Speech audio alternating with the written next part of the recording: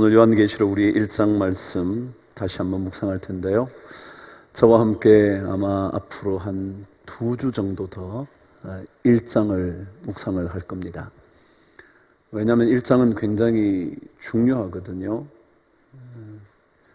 요한계시록 전체를 이해하는 일에 가장 중요한 것들을 1장에 담고 있다 해도 과언이 아닐 겁니다. 그래서 오늘 다시 한번 1장 9절부터 20절까지 말씀을 함께 묵상하게 될 겁니다. 오늘은 제가 여러분에게 말씀을 읽어드릴 겁니다. 눈을 감고요, 이제껏 저와 함께 묵상했던 말씀들이 혹시 본문을 읽을 때 생각나는 게 있다면 한 번씩 이렇게 떠올려 보시면 좋으리라 생각을 합니다. 제가 9절부터 말씀을 천천히 읽어 드리겠습니다. 나 요한은 너희 형제요, 예수의 환난과 나라와 참음에 동참하는 자라.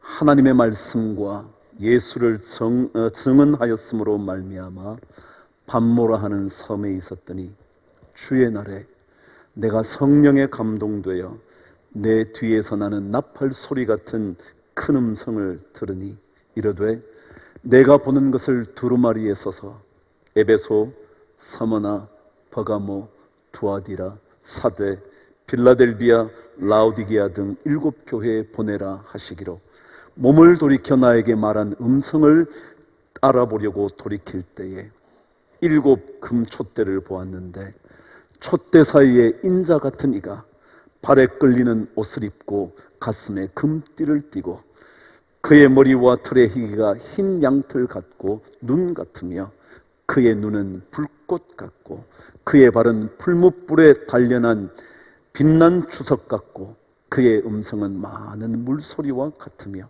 그의 오른손에 7 별이 있고 그의 입에서 좌우에 날선 검이 나오고 그 얼굴은 해가 힘있게 비치는 것 같더라.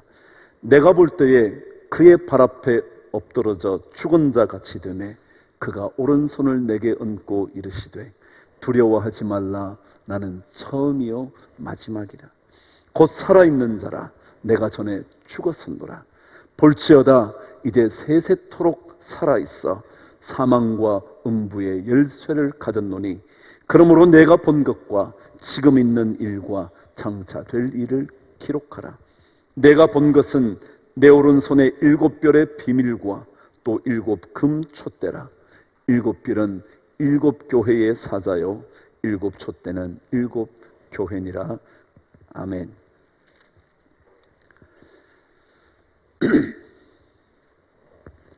예배라는 것은 생명의 능력이신 예수 그분 앞에 엎드리는 것입니다. 그분 앞에 엎드리면 그분의 생명의 능력이 내 안에서 역사하기 시작합니다. 엎드릴수록 주님의 은혜는 우리의 것이 됩니다.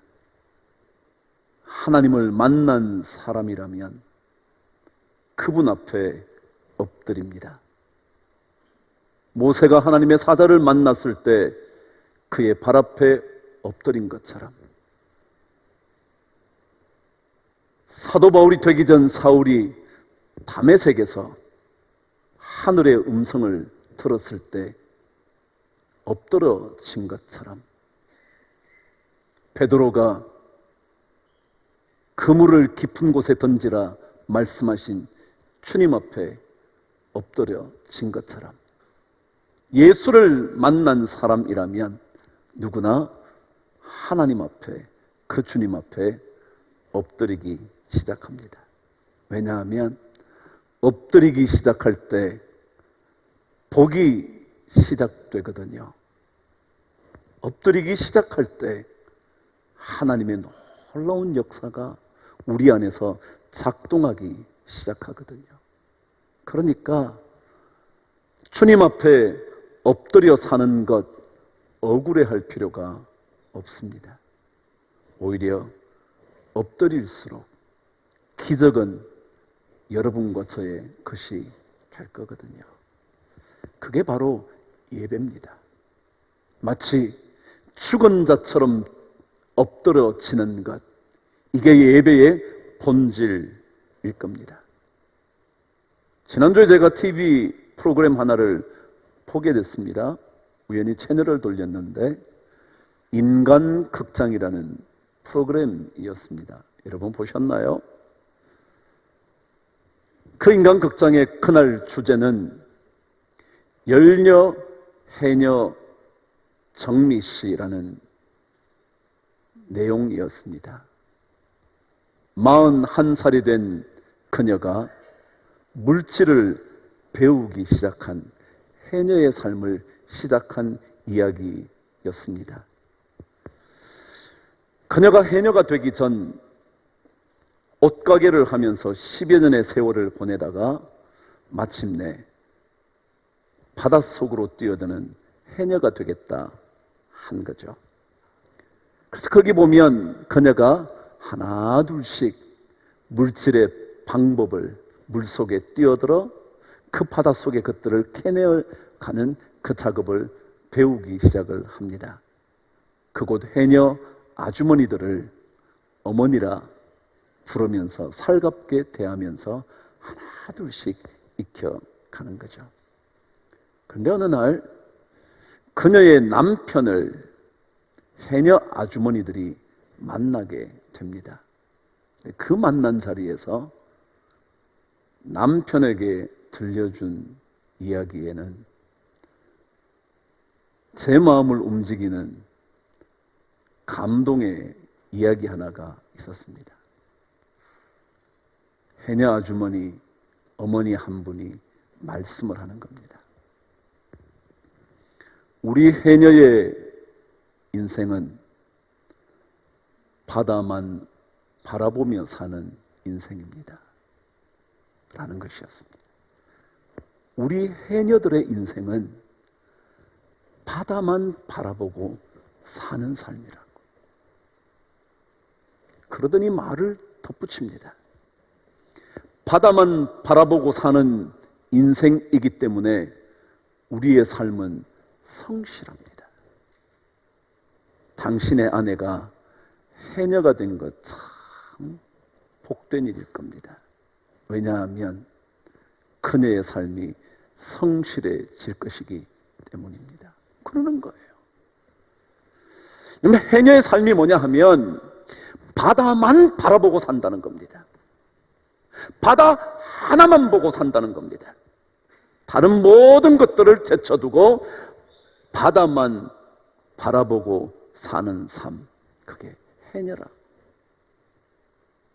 한 가지만 바라보기 때문에 나머지 것들을 신경 쓰지 않기 때문에 그의 삶은 성실한 삶이 될 거라고 그렇게 얘기하면서 해녀가 된 아내를 칭찬하는 겁니다. 그 얘기를 듣다가 우리 신앙, 예수의 사람, 그 사람들의 삶이 떠올랐죠. 예수 믿는다는 게 뭐냐 하면 예수만 바라보는 겁니다. 물론 우리 인생에 필요한 많은 것들을 고민하고 애쓰고 몸부림치지만 그럼에도 불구하고 오직 하나 예수 그리스도 그분만을 바라보는 것을 가리켜 신앙인의 인생이라고 말할 수 있을 겁니다. 그분만을 바라보면서 그분에게만 예배하는 인생, 돈을 예배하는 것이 아니라 권력을 숭배하는 것이 아니라 그 어떤 힘을 경배하는 것이 아니라 주님 한 분만 예배하는 것, 그 예배자가 바로 그분 앞에 엎드리는 거죠. 죽은 자처럼 되어 완전히 주님 앞에 엎드리는 거죠. 조금 무언가 잘했다고 생각될 때 꼿꼿하게 얼굴을 쳐드는 것이 아니라 오히려 붉고 불꽃 같은 눈으로 지금도 내 속을 들여다보시는 그분 앞에 완전히 죽은 것처럼 엎드려지는 것이 예배라는 거죠. 감히 어떻게 그분 앞에 얼굴을 들 수 있겠습니까?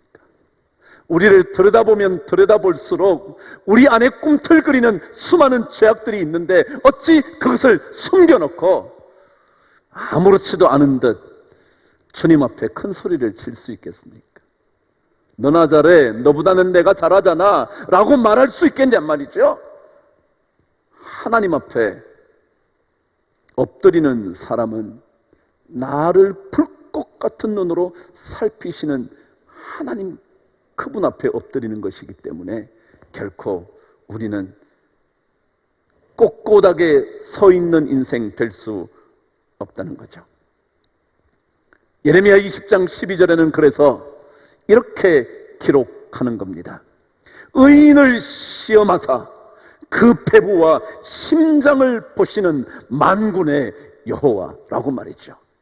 의인이라고 생각하는 사람들이 많아요. 내가 당신보다 잘하고 산다고 말하는 사람들이 많아요. 너보다는 내가 좀 더 깨끗한 인생이라고 입을 열 수 있는 사람들이 많아요. 그런 의인들을 하나님께서 살펴보시기 시작하는데 그 심장의 박동까지 살펴보시는 그분이라는 거죠. 그러니 그분 앞에 누가 엎드리지 않을 수 있겠습니까? 오늘 말씀은 그 예수 그리스도에 대하여 계속 묘사하는 장면이 등장합니다. 제가 말씀드렸죠. 예배의 핵심은 예수거든요. 그래서 이 서론 부분에 사도 요한은 나머지 환상들을 기록하기 전에 예수에 대한 환상을 너무도 정확하게 묘사해 주고 있습니다. 오늘 저와 함께 묵상할 부분이 15절 말씀입니다. 한번 읽어보실까요? 시작. 그의 발은 풀무불에 단련한 빛난 주석 같다 그랬습니다. 예수님은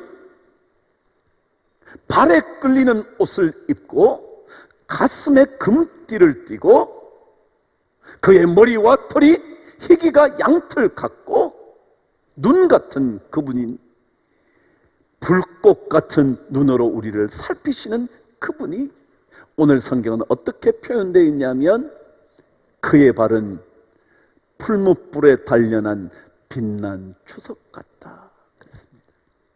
이게 주석이라는 단어는 어떤 번역본에서는 구리 혹은 청동이라고 번역되어 있지만 히브리어 이 단어는 이런 의미를 가지고 있는 것이라 그러더라고요.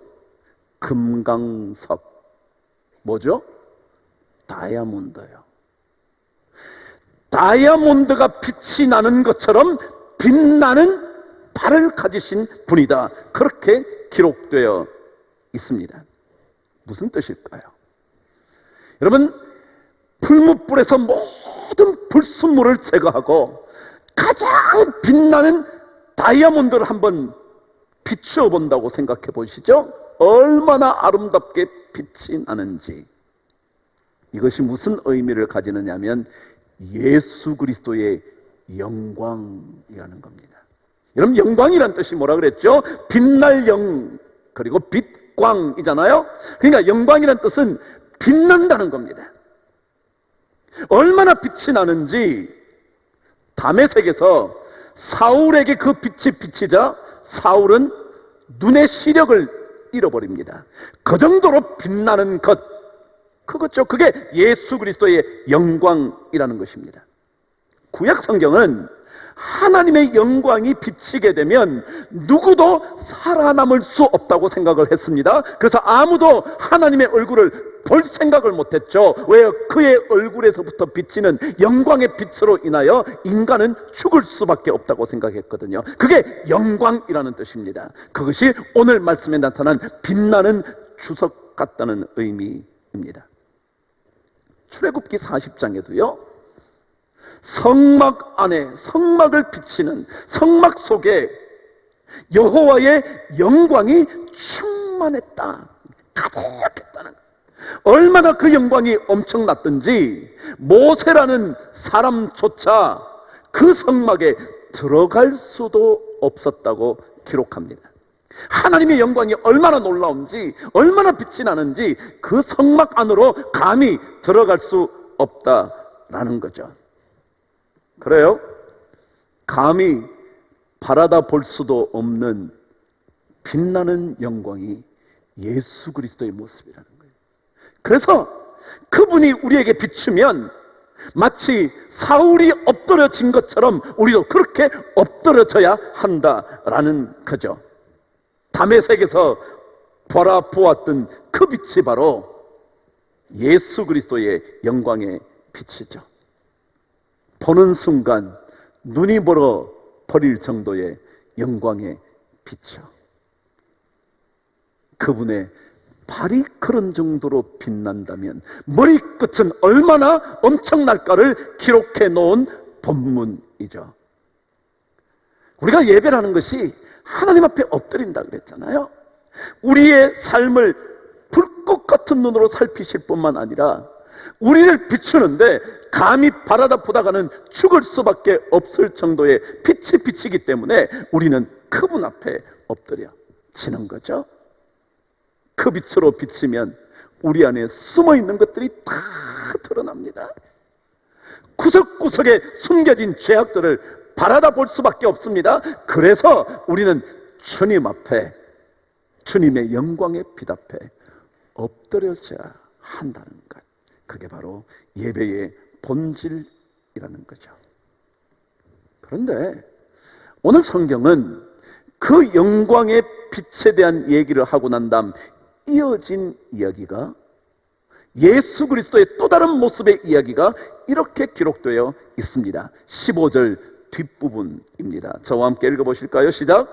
그의 음성은 많은 물소리와 같다. 여러분요, 하나님의 사람들이 하나님의 불꽃 같은 눈과 그분의 빛나는 빛 앞에 엎드러지기 시작하면 그때부터 하나님의 음성이 들려오기 시작하는데, 그 음성이 폭포수처럼 쏟아지는 거대한 물소리 같다는 거예요. 다시 말하면 한 번만 우리에게 들려지는 게 아니라, 한 번 정도만 듣고 나면 끝이 나는 것이 아니라 끊임없이 쏟아부어지는 물소리처럼 우리들에게 하나님의 음성이 들리기 시작한다는 거예요. 우리가 예수를 믿으면서 예수의 음성을 듣고 싶다면 그분 앞에 엎드리는 겁니다. 엎드리면 그분이 그때부터 말씀하시기 시작을 합니다. 그분이 우리에게 지혜의 말씀을 들려주십니다. 눈물을 흘리는 자에게 위로의 말씀을 우리에게 들려주십니다. 절망하고 있는 자에게 주님은 소망의 음성을 들려주십니다. 쓰러진 자에게 다시 일으키시는 음성을 우리에게 들려줍니다. 질병으로 고통당할 때 주님께서 우리를 치유하시는 음성을 들려줍니다. 그게 많은 물소리 같다. 우리의 인생을 새롭게 일으켜주시는 주님의 음성이 많은 물소리처럼 우리에게 막 오는 거예요. 히브리서 기자의 말씀처럼 하나님의 말씀은 살아있는 것입니다. 하나님의 말씀은 운동력이 있어서 우리 안에서 움직이기 시작하면서 나의 절망을 없애고 소망으로 다시 일어나게 하시고, 나의 눈물을 닦고 위로와 평강으로 우리를 찾아오시고, 우리의 깊은 골수와 관절까지 깊이 파고드는 그 말씀이 우리에게 막 다가온다. 그래서 엎드리기 시작하면 하나님 앞에, 그분의 영광 앞에, 그분의 불꽃 앞에 엎드리기 시작하면 그때부터 우리는 하나님의 음성을 듣는 겁니다. 계속해서 우리를 일으켜주시는 하나님의 음성을 듣는 겁니다. 우리를 위로해 주시는 하나님의 음성을 듣습니다. 그 생명의 능력의 말씀을 우리는 계속 듣게 되는 겁니다. 여러분 혹시 200장 찬송을 불러보신 적 있으신가요? 이런 찬송이요. 발 달고 오묘한 그 말씀, 생명의 말씀. 그 가사의 3절은 이렇게 기록되어 있습니다. 널리 울리어 퍼지는 생명의 말씀을, 마음의 용서와 평안을 골고루 줍니다.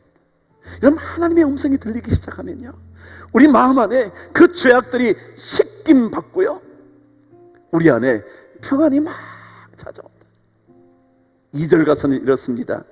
귀한 생명의 그 말씀 내 노래 되도다. 모든 사람을 살리는 그 생명의 말씀, 그게 우리에게 막 들려온다. 많은 물소리처럼. 에스겔 43장에도 하나님의 음성이 많은 물소리와 같다.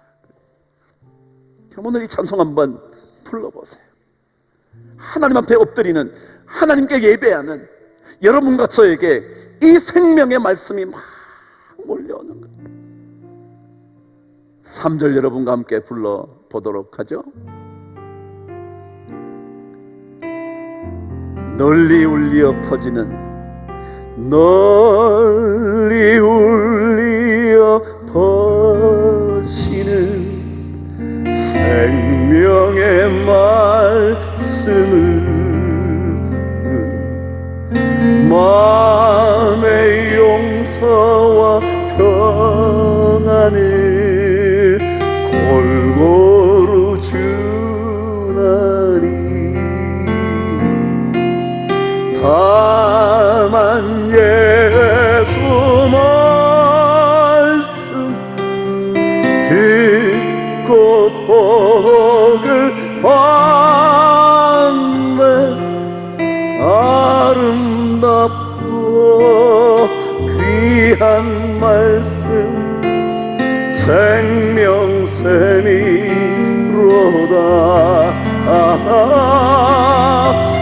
아름답고 귀한 말씀 생명샘이로. 2절 찬양하실까요? 귀한 주님의 말씀, 귀한 주님의 말씀은 내 노래 되도다. 모든 사람을 살리는 생명의 말, 값도 없이 받지 않습니까? 값도 없이 받아 생명길을 가니 아름답고 귀한 말씀 생명샘이로다.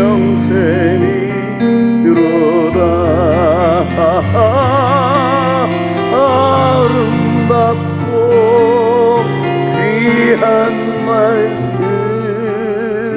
생명샘이로. 아름답고 아름답고 귀한 말씀 생명샘이로다.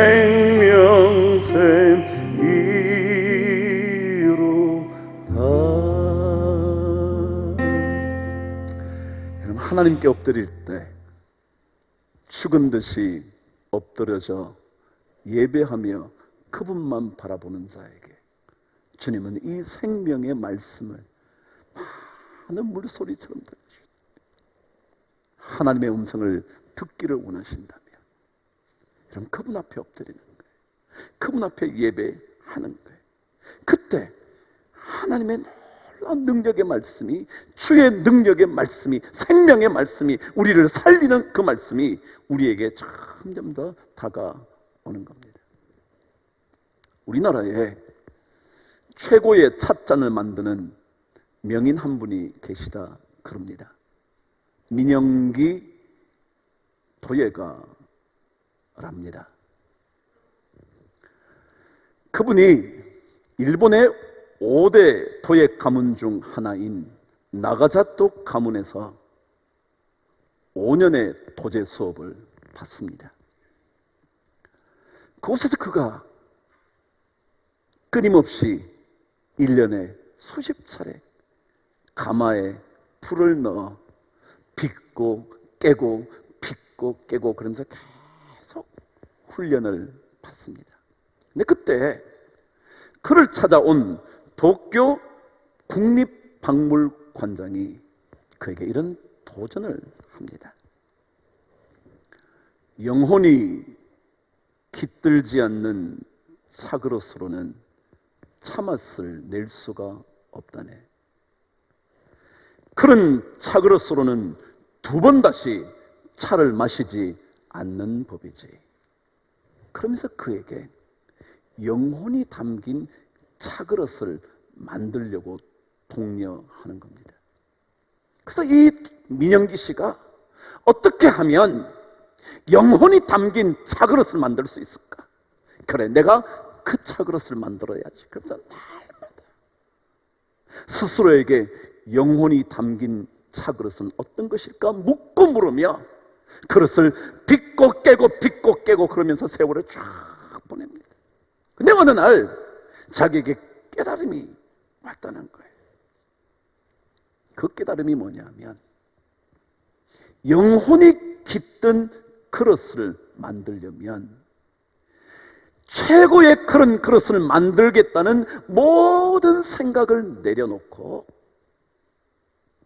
자연이 주는 흙, 물, 바람, 그 자연의 섭리에 겸허하게 엎드려져야 한다는 것을 깨닫게 되었다는 겁니다. 그래서 그가 이렇게 말합니다. 최고가 되겠다는 생각보다 흙과 물, 불과 바람이 빚어내는 자연의 섭리에 겸허한 마음으로 엎드리자 길이 열리기 시작했다. 그가 고향 산청으로 되돌아와 산청요를 만들고 거기서 작품을 만들어내는데 그가 개인전을 열었을 때 그 도쿄 국립박물관장이 와서 이렇게 말을 했다는 겁니다. 한국과 일본 양국을 통틀어 그를 따라올 자가 없다 그랬답니다.